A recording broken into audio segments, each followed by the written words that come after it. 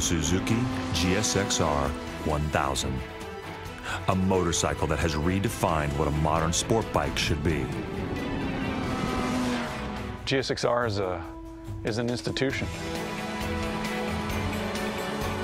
But before Suzuki could build its first bike, the company had to totally reinvent itself.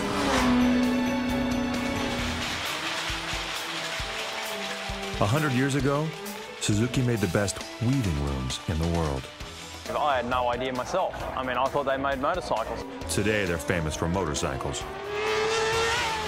But a century ago, they were famous for machines that made cloth. You have to have cloth, and I guess back in the day there was quite a market for it. Suzuki looms were precision machines used to create intricate fabrics, and today that precision continues on their motorcycle production line. It's amazing to me how quick they can assemble an engine. I could never understand how they got everything organized so it all went together like that. I mean, who organized all that stuff? Why did the Suzuki Loom Company go out of business? And how did a loom company reinvent itself as a motorcycle manufacturer that would bring racing to the masses?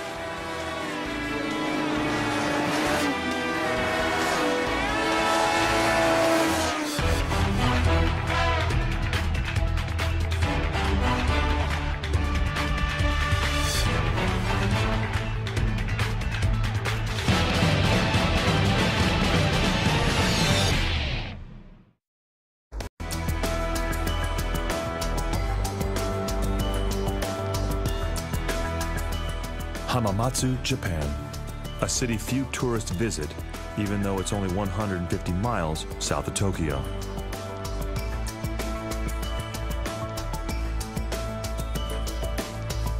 Hamamatsu is one of Japan's major industrial centers, and most Westerners arriving in Hamamatsu are here on business. For many years, it was the center of Japan's fabric industry.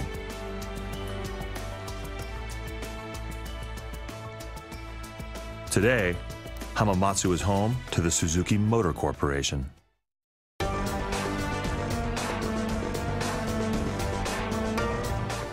With a population of 600,000, Hamamatsu is a far cry from the small seacoast village it was back in 1909. The year Michio Suzuki founded the Suzuki Loom Company. As a child, Michio Suzuki had watched his mother and other women in his village laboriously weave fabric by hand. He grew up vowing to create a machine that could make the work easier. And he did.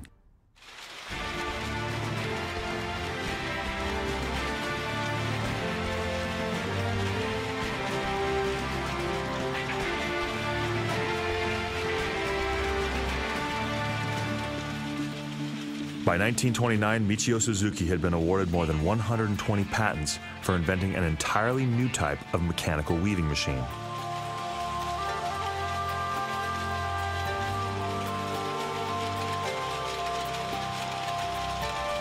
Suzuki looms were so good that the company survived the destruction of World War II and actually prospered in post-war Japan. Until I got a little bit older in life and started appreciating things from a different perspective, I had no idea myself. I mean, I thought they made motorcycles and that was it, you know. For nearly 50 years, Suzuki looms were the best money could buy, and they were sold all over the world. But in 1951, Michio Suzuki would be blindsided by a global cotton market collapse. The world's best loom maker faced financial disaster. What Michio Suzuki did next was as ingenious as any loom he'd ever created.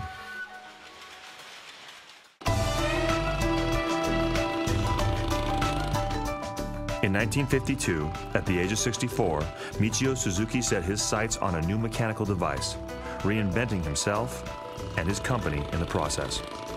Industrial company with a lot of smart technology for the time, and just a lot of A lot of business sense back in the day. Interesting that they were able to morph that loom company and that technology into something that would benefit Japan's population post-war.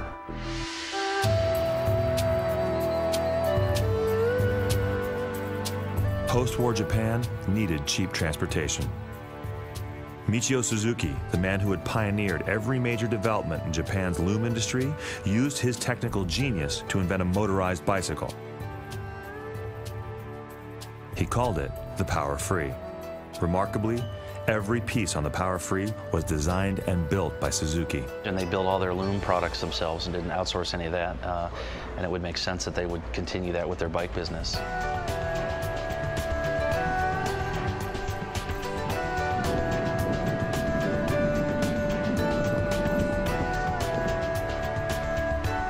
The Power Free was really the world's first true moped. It had a unique gear system that gave riders 3 choices. Pedal it as a bicycle, let the tiny engine help power you along, or stop pedaling and ride on engine power alone. The 2-stroke engine takes over when you need to go up hills or do some distance, and it's interesting to see that part of the market has really kind of stayed the same. I mean, a current Pook moped is kind of just what Suzuki was building back in the day, really, and that's 1952, so that's quite a few years ago. The Power Free was such an ingenious device, the Japanese government gave Michio Suzuki money to research motorcycle engineering.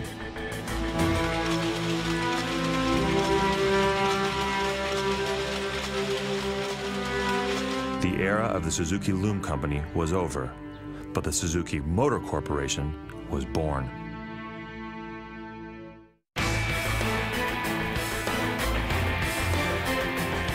Reinvention became the new mantra of the Suzuki mindset. In 1953, Suzuki created a new Power Free, giving it a 60cc engine that cranked out 2 horsepower. In its very first year of production, the Power Free won the Mount Fuji hill climb, one of Japan's most prestigious road races. Like a caterpillar becoming a butterfly, Suzuki had changed itself yet again. Now, it was a company that not only created practical means of transportation, but a company that lived to go racing. DNA of Suzuki is sportiness and the race. In 1954, Suzuki invented the Colita, its first true motorcycle. 2 years later, in 1956, they retooled their design, giving the Colita a larger 2-cylinder engine. By 1959, it was time for Suzuki to test themselves and their machines against the best Japan had to offer. So they took the Colita racing.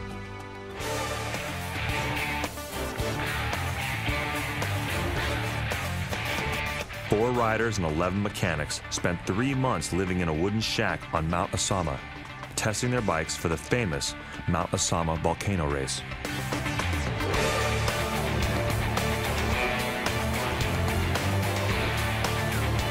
In the late 50s in Japan, there were over 200 companies building motorcycles. They were responding to the growing demand in Japan for reliable 2-wheel transportation. Each company was trying to prove to the public that their machines were the best. Whoever won the 14-lap, 131-kilometer Mount Osamu races would hold a sizable advantage. Our motorcycle's image is, first of all, sportiness, and also good handling.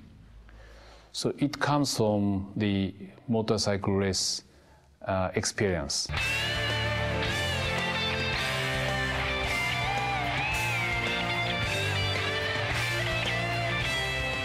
Three of the 5 bikes that Suzuki entered in the 1959 Mount Osamu race broke down, and only one machine actually crossed the finish line.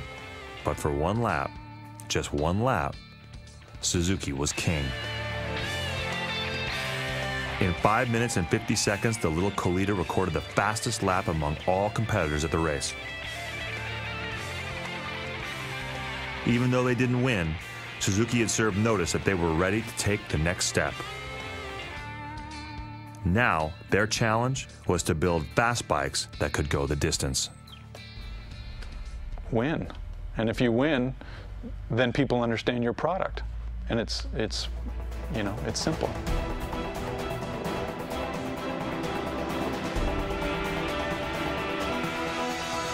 As the 60s dawned, Suzuki would reinvent its racing bikes with help from an unexpected source, a German racer and designer named Ernst Degner. In 1961, Degner and his family escaped from East Berlin hidden in the trunk of a car. Just a few weeks later, Suzuki management met Degner at the Swedish Grand Prix and hired him on the spot. They wanted Degner's help in gaining exposure for their bikes in the West. They hoped his experience would help Suzuki win what was then the most important motorcycle race in the world. The Isle of Man TT. We started international business with a motorcycle from racing of Isles of Man. So for Suzuki, race is core.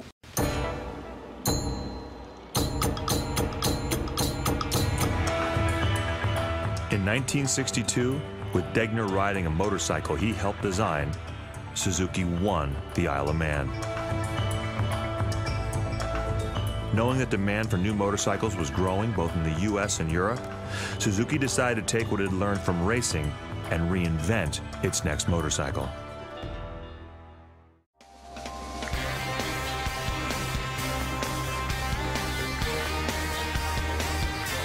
In just 13 years, Suzuki had gone from weaving to winning. From a tiny moped to the world's fastest 250cc machine.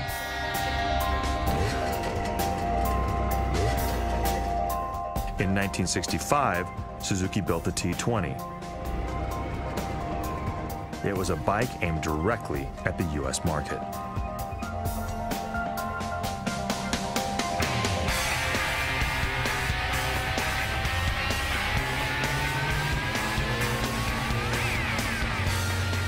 The T20 had a two-stroke engine, the same type of engine used in old lawnmowers or chainsaws.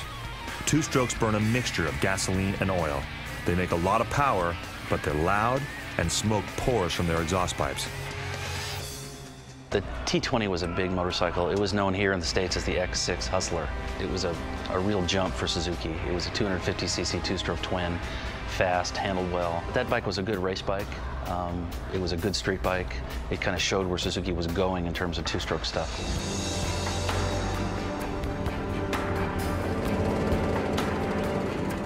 By 1968, Suzuki had doubled the size of its engine to 500 cc's, the largest two-cycle engine in any motorcycle of its day.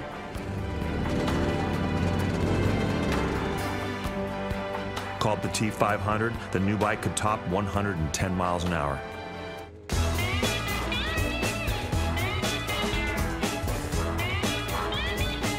In 1976, Suzuki introduced the GS750, and that really was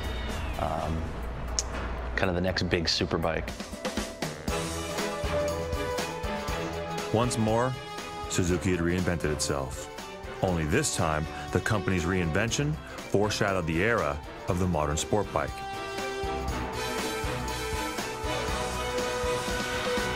The GS750 was the company's first four-stroke engine design.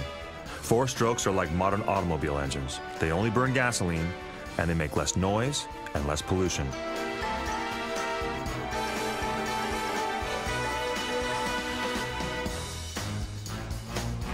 Suzuki's reinvention is interesting. I especially like the part where they went from two strokes to four strokes, because that was a big jump for them, but boy, they sure pulled it off, and they pulled it off right away. There wasn't a big learning curve for them.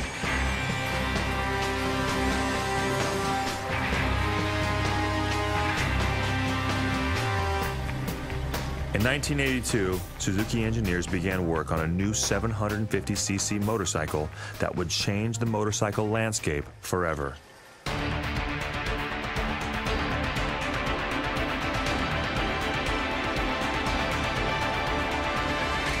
In 1985, Suzuki shocked the motorcycle world when they introduced the all-new GSXR 750. We had the GS750 in our lineup. We added the R, which stands for racing. The GSXR models were born on the racetrack. They were designed to be fast, agile, cutting-edge machines. The 4 strokes were GS. And then X was, I believe, like sort of experimental, and R's for racing. So, the initial GSXR of 1985, that was like a race bike, it was like an endurance race bike. It had lights, it just rolled off the Bol d'Or or off Le Mans, and here it was. It was not only a breakthrough model, but a breakout machine. The GSXR 750 weighed 104 pounds less than the bike it replaced. Almost overnight, Suzuki had redefined the modern sport bike. That level of performance when that bike came out instilled in the sport bike market that I think has made the entire industry elevate to the level that it's at right now. At that time, racing motorcycles had many features not seen on street bikes, such as full fairings, aluminum frames, and very powerful brakes.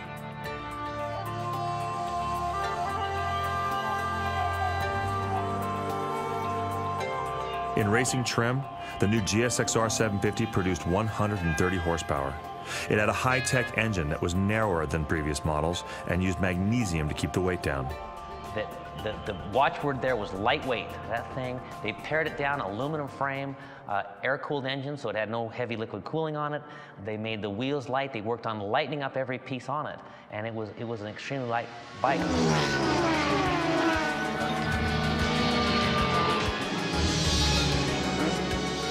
The GSXR 750 was an immediate success on the racetrack, but not just any racetrack.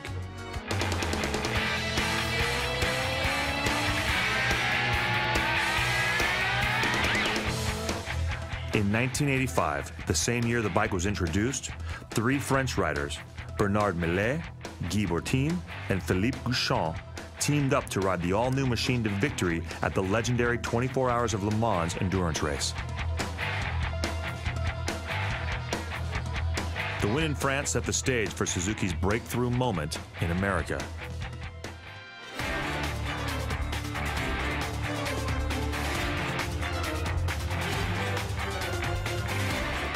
In 1988, the GSXR 750 won the Daytona 200 with a young Texan named Kevin Schwantz on board. The new GSXR 750 was the perfect bike for Schwantz. I think an aspiring 22, 23-year-old kid who's out to try and prove to the world that he can road race a motorcycle, and a great new sport bike like the Suzuki GSXR just couldn't help but be a great pairing. Kevin has always been kind of a wild and crazy guy, and I mean that in the nicest way possible.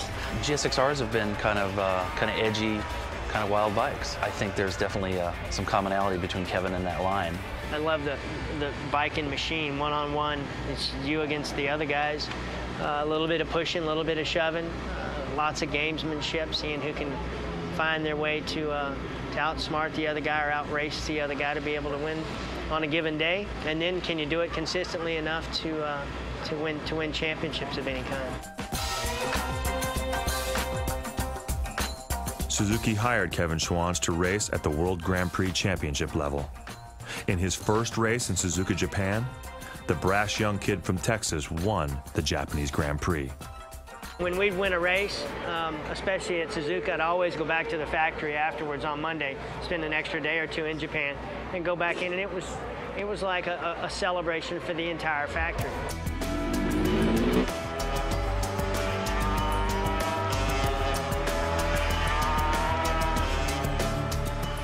With the GSXR winning on the racetrack, Suzuki would try and do something no one else had done before. Turn the race bike into a motorcycle that could be ridden on the street. Our first GSXR was the 1985 model. I test rode racing machines to gain first-hand experience on a race bike. I was surprised to find race bikes were not only lightweight and fast, but they were also agile and easy to ride.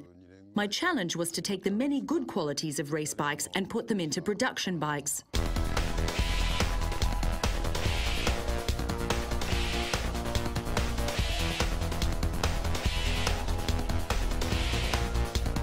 You just can't believe that somebody actually built this for sale, because, you know, aluminum frame, and just looking at it, I mean, it was a racing fairing. It was 60 pounds lighter than, you know, competing 750s, with basically the same horsepower, a little bit more. The tax started at 3,000, and the joke was they left those numbers off to make it a little bit lighter. I remember riding it in Laguna Seca at the press intro with Kevin Schwantz, and we all rode at whatever level we rode on. He got on that thing and made it look like a Grand Prix bike. It really was aimed at the racetrack. The bike is a big part of my career, and I like to think that I'm a real big part of its success as well. In 1986, Suzuki put the GSXR 750 on steroids with the GSXR 1100. It was not a reinvention of the sport bike, more like a big brother to the 750. Some people decided to do their own inventing, adding turbochargers and fuel injection to the 1100. That bike went 234 miles an hour with me on it, and that's a GSXR to me, something that can be built, leaned on, and deliver the goods. 234 back in those days, it was nobody could believe it. It was incredibly exciting. The GSXR 750 was still the bike to beat on both the track and the street. But moving into the 1990s, Suzuki would need a lighter, faster, and more powerful motorcycle if they wanted to continue to compete. So what did they do? They decided to reinvent the GSXR.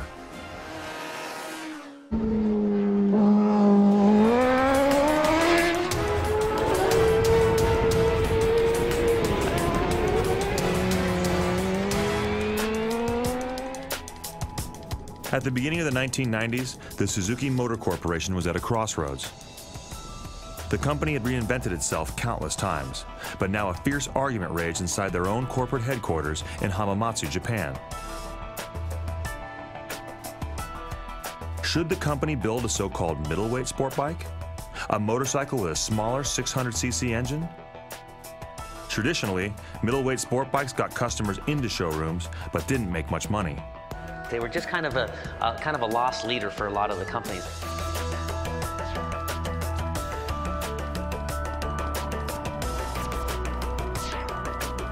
Eventually, there was a consensus. In 1992, Suzuki introduced a new model called the GSXR 600. With a 600cc engine, it had a smaller motor than the GSXR 750. But smaller didn't have to mean slower. People may not remember the GSXR 600 was the first truly trick 600 to come along. 600s were always kind of dulled down. They didn't have adjustable suspension. They might not have had this and that and the other. They didn't have the trick foot pegs. They were just kind of a lost leader for a lot of the companies. But Suzuki decided, let's put adjustable suspension on the 600, and they really led the charge with the GSXR 600.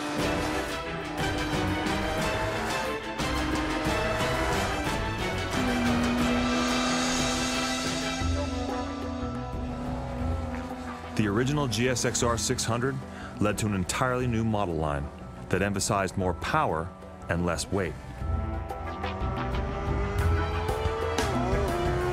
So you get on a 600 and you have this thing that's lighter, it's revvier, it feels easier to change direction on, and it just seems a little more human sized, you know? If you've ridden one, it's like you're dancing with it. I mean, it's that kind of a partner. It's what do you want to do now? Let's do that.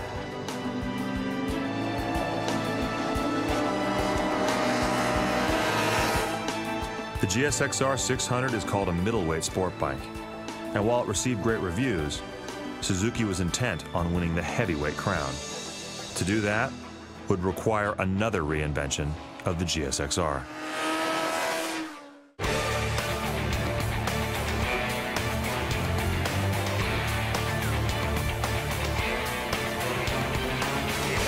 In 2001, Suzuki made the long-rumored secret public. It showed the world the GSXR 1000, a motorcycle that had been under development for 3 years. A lot of people really don't know what goes into the building a motorcycle. They think the parts just appear and they put them together, but there is just so much R&D behind each part of a motorcycle. It takes a couple years to really do a bike from scratch.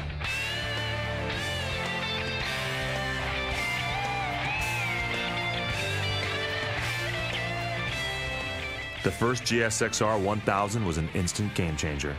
The bike had a 988cc engine that produced an astonishing 160 horsepower and offered Ferrari-like performance for a fraction of the price. On the seat, when you ride it, you can't believe it's 1,000. I mean, you can believe it's 1,000 when the throttle's open because it's shocking. It's shocking how far it accelerates. But mid-corner, it feels small under you. It wants to turn. It wants to change direction mid-corner if you need to. It'll tighten up its line.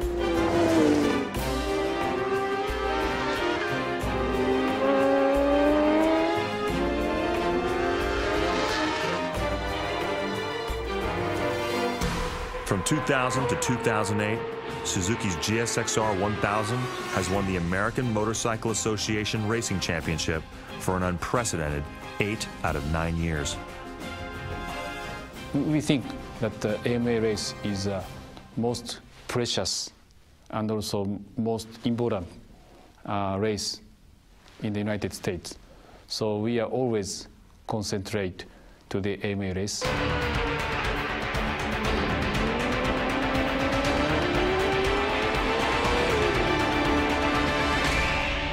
GSXR is an institution.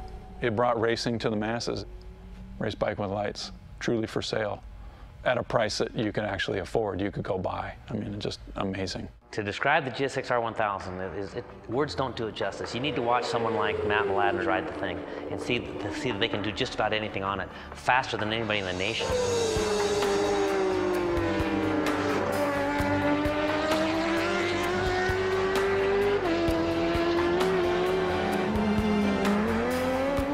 Matt Mladen has been so successful in the GSXR 1000 that fans not only expect him to win, they expect him to dominate every race. Nowadays, winning's not enough, you know, because we've been doing it so much. Everyone's like, oh, if you only win by 5 seconds, it's like, okay, what's going on, you know, so.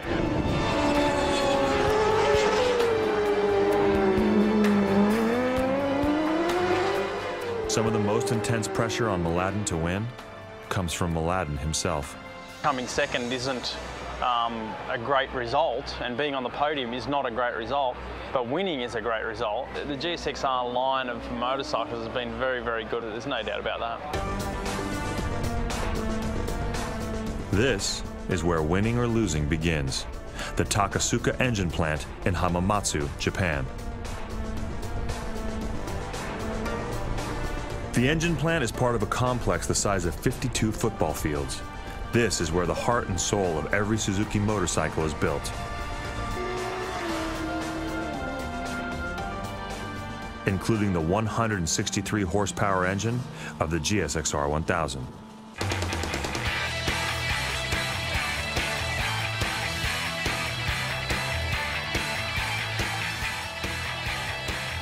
During peak production, the engine line runs day and night. 962 workers assembling 1,800 engines a day. That translates into 700,000 engines a year.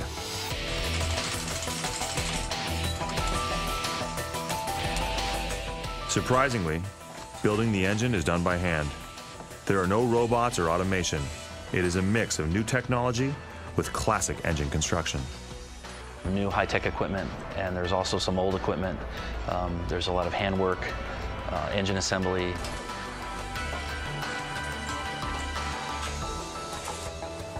There are 24 different stations along the engine assembly line.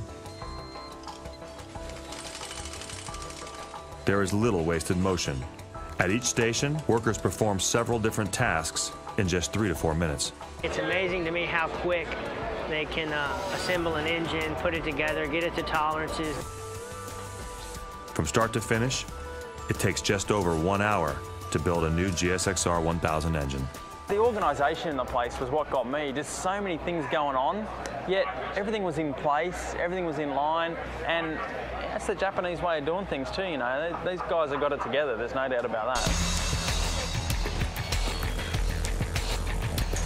The final step on the engine assembly line is a compression test.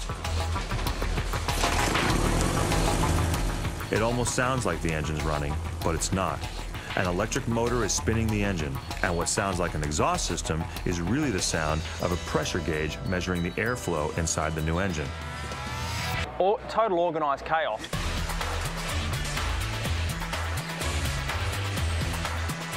The speed and efficiency of the whole factory is amazing. To me, it's almost as amazing as watching a race bike going around a racetrack. To watch those guys, 10 or 15 seconds at a time, know exactly what they got to do, put engine bolts in, get everything in place. It's kind of like a finely tuned machine. It's a lot like a race bike.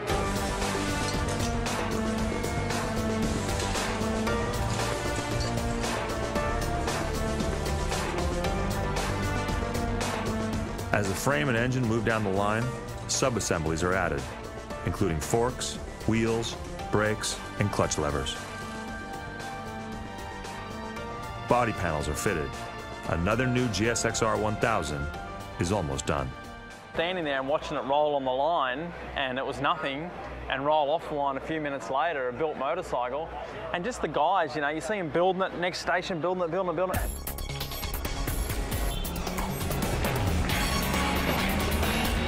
Each finished bike is pushed off the assembly line onto what they call a rolling road.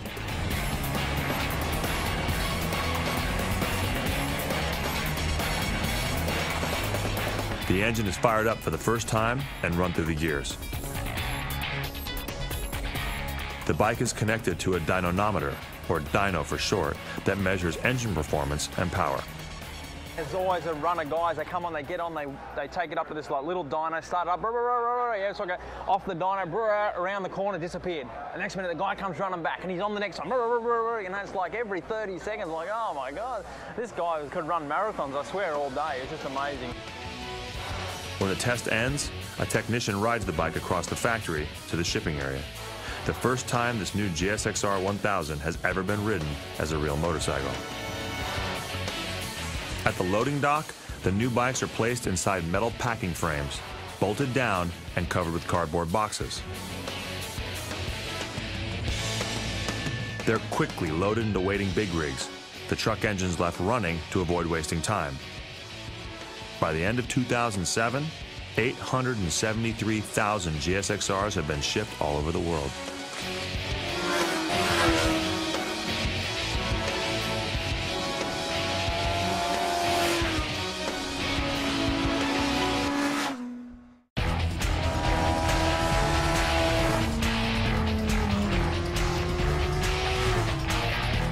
This is where every GSX-R has been designed and tested. Suzuki's research and development compound in Ruyo, 30 miles outside of Hamamatsu, Japan. We are in the Suzuki proving ground.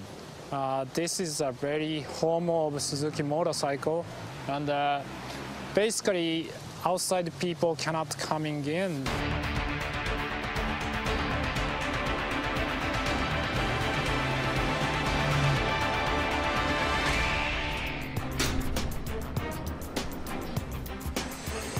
Suzuki discourages photographs of the complex, but it did open the door of its engine test center.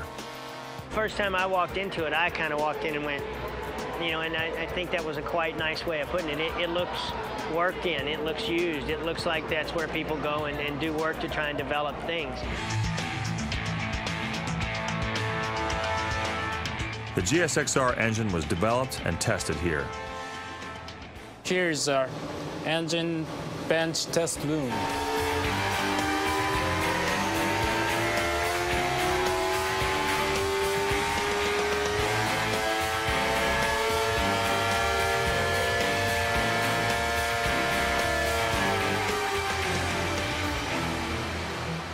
With the engine bolted down to a test stand, computers measure RPM, water temperatures, and fuel and air mixtures.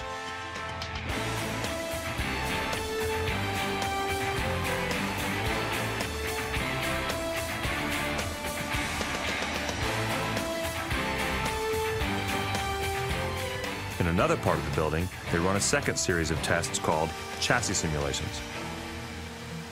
Now, the engine is installed in a completed motorcycle. This facility is for checking our, drivability and, running the simulation much more real than engine bench, and we can check more realistic engine feeling.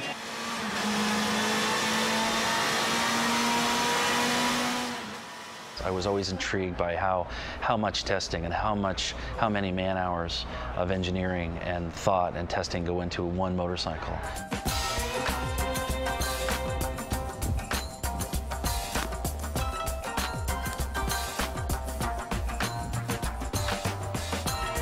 Suzuki saves the most difficult test for last, and it takes place on one of the most difficult test tracks in the world.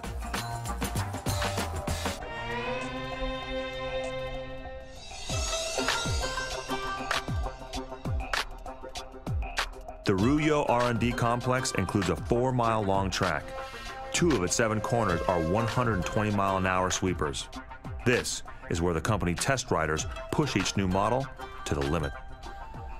They've got bikes on the track, they come in, they pull things apart, they put stuff in, they send the test rider back out again, lap and lap and lap, come back in, change another part, put it out. That racetrack and that part of Suzuki is where a lot of the racing stuff starts.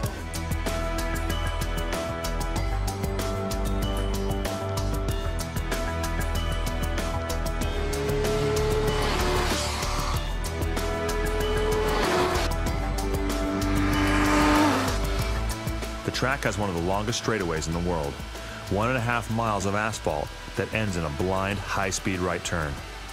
Miss the turn, and you crash into the woods. Incredibly dangerous track. I mean, walls everywhere, incredibly high speed, the back straight, you're tapped in 6th gear, like you're looking at your watch. It's just, it's so far. It's so far away. You don't know where the corner is down at the end. It's pretty hard to sit there at 175 miles an hour, but anyway, that test track is just pretty much of a shocking thing. It's a pretty amazing experience to know that Kevin Schwantz tested all his GP bikes there, and it was a wonderful opportunity and a wonderful feeling to be able to be where you know that all the performance Suzuki motorcycles have sort of got their first real run, you know, in the real world.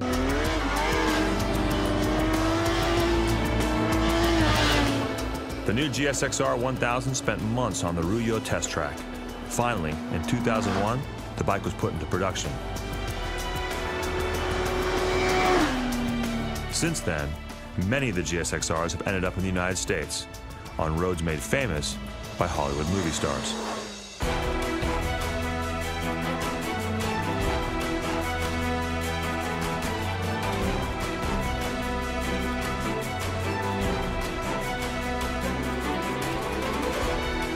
Malibu, California is 5,592 miles away from Hamamatsu, Japan. It is home to both surfers and celebrities. But what makes Malibu truly special isn't the coastline. It's the mountains that rise up from the shore and the canyon roads that carve their way through the mountains. It's the lean as I go through the corners. I'm not much interested in going in straight lines along the interstates, but I do love going leaning through the corners in the Malibu Canyon.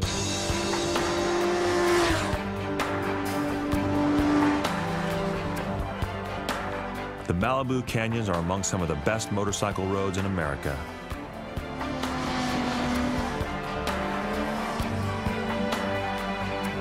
The perfect place to discover just how much fun it is to ride a Suzuki GSXR. For me, sport bikes are the most enjoyable motorcycles to ride. You feel yourself cutting through the wind. You feel that you are one with the bike.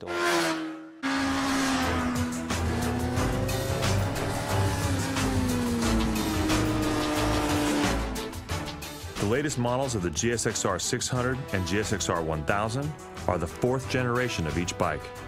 Suzuki reinvents the model line every other year.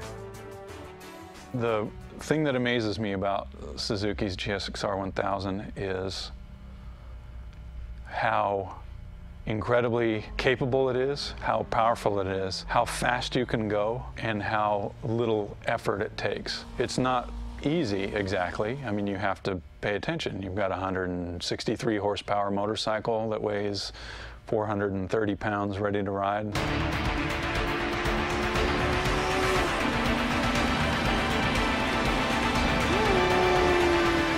It does all the things you want of a sport bike. It allows you to make mistakes as a rider, which we all do. We're human beings, and then recover for you. It's really good looking. It's a gorgeous motorcycle. It's just very purposeful. Ergonomically, it's not a mess. I mean, you can ride the thing all day if you need to. Maybe if you're a little bit younger, but you can ride the thing all day. It works that way. And when you do show up at the racetrack, it goes well. Each new generation gets faster and lighter. The newest GSXR 600 continues the tradition started by the first one. They're built as race bikes and then modified to ride on the street. Boy, lately, last few years, last 5, 6 years, the 600 has been tuned up and it's right at the front.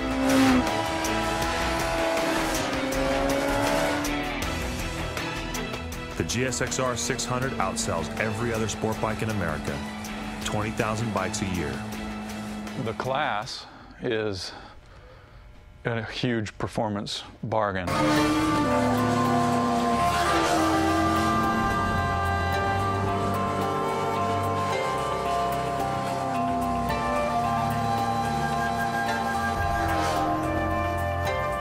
Compared to the GSXR 1000, the 600 is smaller and easier to ride. You get on a 600 and they're not as intimidating because they don't have that kind of torque where you just crack the throttle, you're at the edge of traction, everything's on the edge and you're getting ready to come out and you give it a little bit of throttle. Well, they don't have the torque on the bottom that would go bang and make that tire go, whoa, what's that?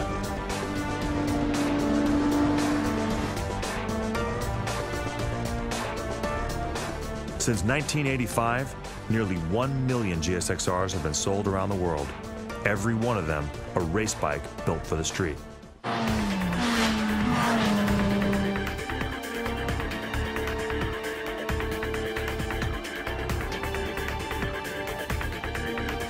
Suzuki, they've got such a long history with that kind of motorcycle, and they've been building it for the rider for so long and refining it through racing and everything that you get.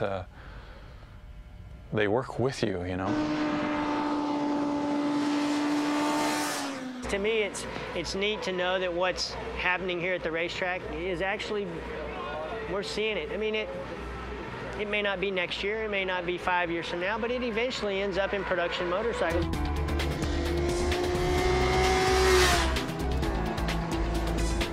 Both the GSXR 600 and the GSXR 1000 use onboard computers developed for racing to change how much power the engine makes.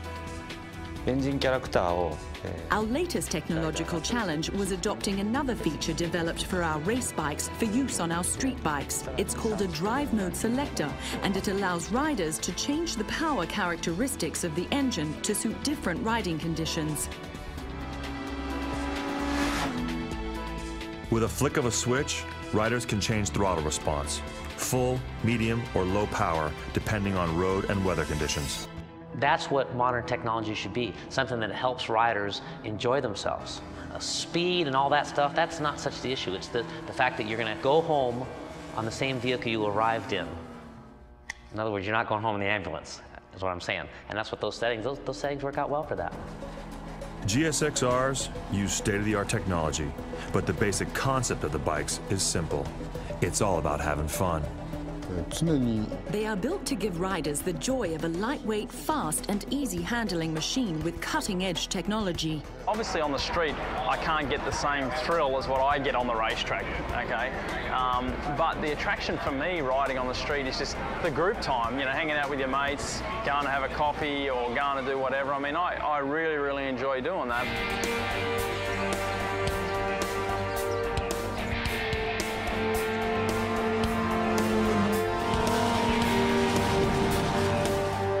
The GSXR 1000 combines everything Suzuki has learned from nearly a half-century of racing.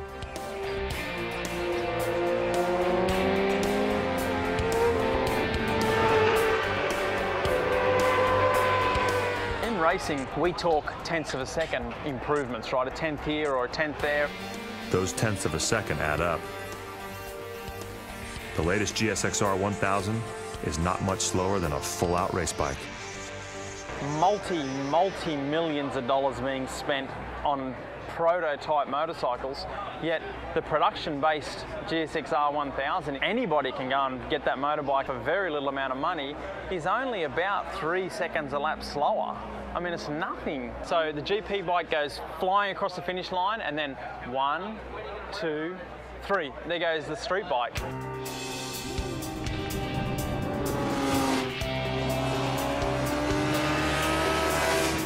The Suzuki story is unlike any other in the motorcycle world.